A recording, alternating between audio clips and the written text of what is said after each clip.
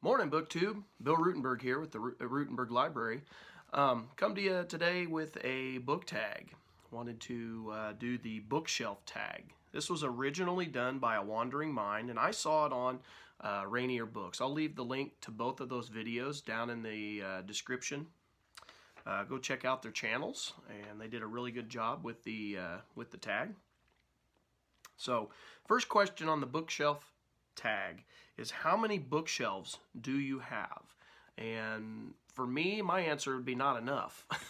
I definitely need more bookshelves, but I'm pretty sure I'm at my max with my wife doesn't want the whole house covered in bookshelves. So I have the 3 that are behind me in the downstairs area, and then upstairs in the upper room I have 7 more bookshelves, and they are completely loaded, and I've got books in boxes, and I would love to get enough shelves that all of my books were on shelves with extra space for more. But you know, space is I need an extra wing added on to my house. Let's just keep it at that. But anyway, that's how many I've got. Question number 2: how many books are on your bookshelves, or how many books do you think you have? For me, I have a Google Doc that I keep track of all my books, just to try to prevent buying doubles. And according to my last count, I had 1,166 nonfiction books. And I've got quite a few fiction, but I don't know what the count is on that. I know I have more nonfiction than I do fiction, but I have not counted the fiction. Plus, I keep my nonfiction, but I might read and keep the fiction, but then if I don't like it, I might get rid of it. So as far as fiction goes. So I don't know how many fiction I have. Number 3, how do you organize your books? Okay, so my organization used to be, it's not anymore because I can't, without having enough bookshelf space, I can't keep everything how I want it. But when I used to have all my books on shelves in my room upstairs before I had my second daughter, I had it alphabetical author last name on the books that I had not read yet.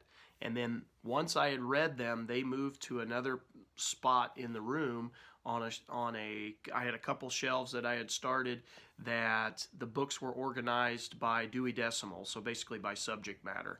And I kind of like that because then I could go back and reference those and find what I needed pretty easily.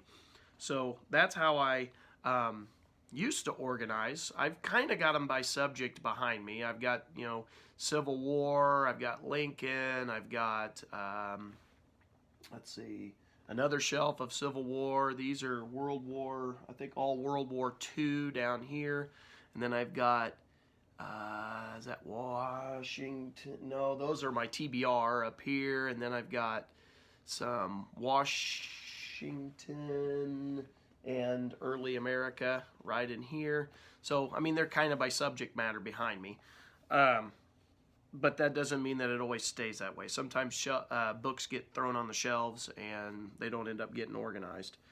Let's see here. Number 4. What is the oldest book on your bookshelf? All right, for me, I have a book upstairs, and the girls are all asleep upstairs. I do these videos early in the morning, so they're all asleep upstairs. I didn't want to wake anybody. But I have this dinosaur book. It's just a little square thing that we got at Scholastic when I was back when I was in first grade. And I always liked those books I bought from Scholastic because when I was a kid, I was in and out of foster homes. And when I went from one home to the next, my books always got to go with me. And my first foster parent would always let me order one book out of each of the new Scholastic order forms. And I had a dinosaur book that I read a bazillion times. I don't know how many times I read it, but I've still got it. Matter of fact, I had 3 dinosaur books that I had bought when I was in first grade, and I got to keep all of those, and they're all upstairs. And so that's my oldest book on my bookshelf. And if we're talking actual date, I am not sure. I know I've got some books from the 1800s. I'm not sure exactly how far back. I don't know what the oldest date would be. What is the newest book on your bookshelf? Okay, so if we are going by just the newest to arrive, it would be Japan's Longest Day, the surrender, the last 24 hours through Japanese eyes, from the Pacific War Research Society. And I picked this one up at the little library box downtown where you donate one, you can take one. And I found this the other day, and I added that to the collection. Hadn't had a chance to show you guys that one yet, but that would be the newest one to come into the collection. But if we're going by date, I do believe that the newest books as far as date goes would be John Grisham's A Time for Mercy and The Zealot and the Emancipator, The Struggle for American Freedom by H.W. Brands. Both of these came out in the first 2 weeks of October. I think this was October 6th, 7th, something like that, and this was October 13th on my birthday. And so those are the two newest books as far as actual publishing date. Let's see. What is the longest book on your bookshelf? Now, I just went to the shelves behind me. I might have one longer upstairs, but this is a chunky monkey. This is 1,200, let's see. This is 1,230 pages, 1,230 pages long, and it's Hearts Touched by Fire, the best of battles and leaders of the Civil War, edited with an introduction by Harold Holzer. So good Civil War book. So that would be my longest as far as page numbers go. And my shortest one is actually upstairs, and that book was called, so question number 7 is the shortest book on your bookshelf. It's a nature book that's called The Rediscovery of North America by Barry Lopez, and it's only 58 pages long. It's not even really a book. It's more of just an essay. So number 8, what is the predominant genre on your bookshelf? All right, so if you've been on my channel for more than a couple videos, it's pretty quick to figure out, and just by looking behind me, nonfiction, American history is my main genre that I collect and I read. The one that I have the most, like the subject that I have the most of is probably, and I don't have a book count on this, but Civil War, American Revolution, and Abraham Lincoln books. I have quite a few on all of those subjects, and I've also, in the last year or two, 3 years, I've collected a whole lot of World War II books. Some of our local libraries have been cleaning out their stacks, and I've been there as a very happy book collector, taking in those books. And so my World War II collection has grown tremendously, and it actually might be the one that I have the most books of, just because of the library's cleaning out stacks. Number 9, have you done a bookshelf tour? Yes, I've done several bookshelf tours. I have a whole playlist of those. I'll leave the link to that playlist down below in the description. I have not completed that yet.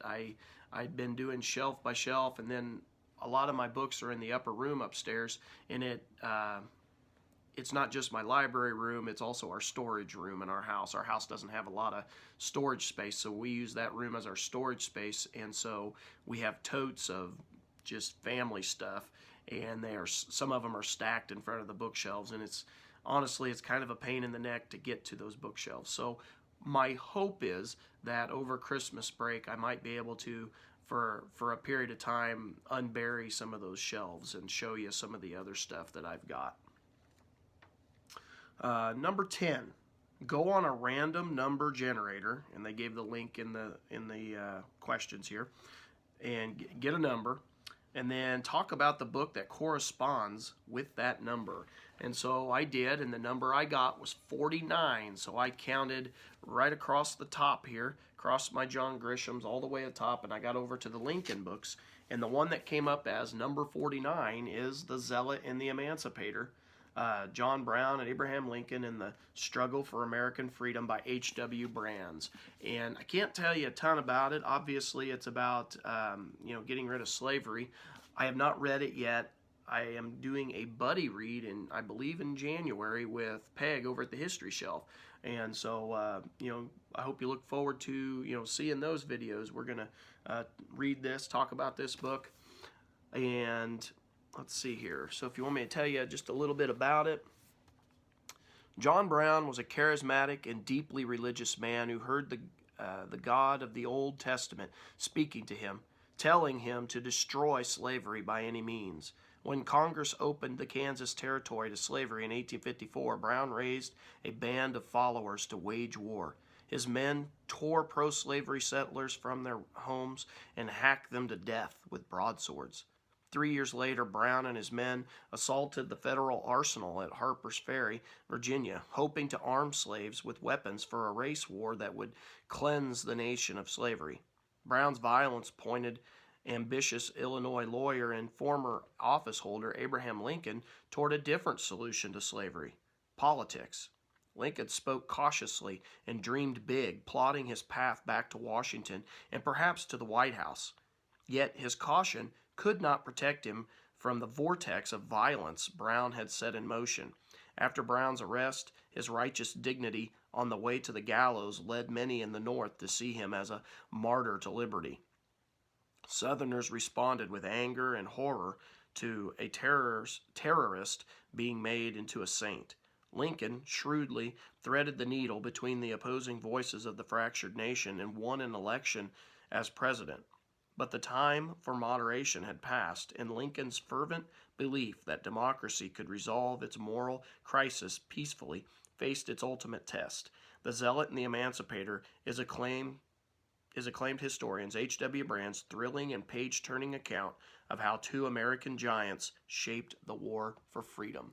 And so that, I think, is going to be a wonderful account of Lincoln and John Brown.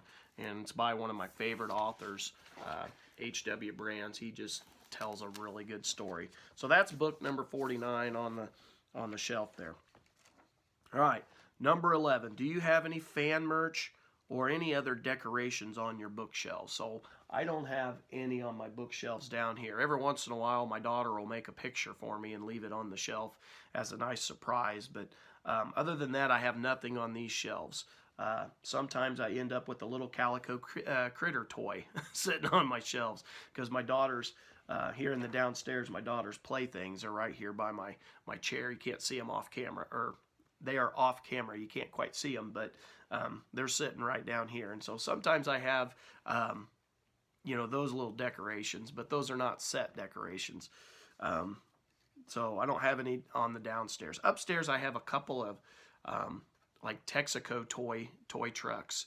My father-in-law had owned a gas station before he retired, and he had some of those in the station when he was cleaning out, and so we got a couple of those, and so I have those upstairs sitting on the shelf. But other than that, I don't have anything.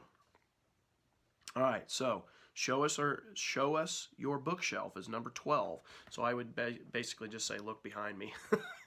That's probably going to be the easiest way. Or I'll leave a link to all of those bookshelf tours that I did in the description down below, and you can go check out my bookshelves. So number 13 is tag someone.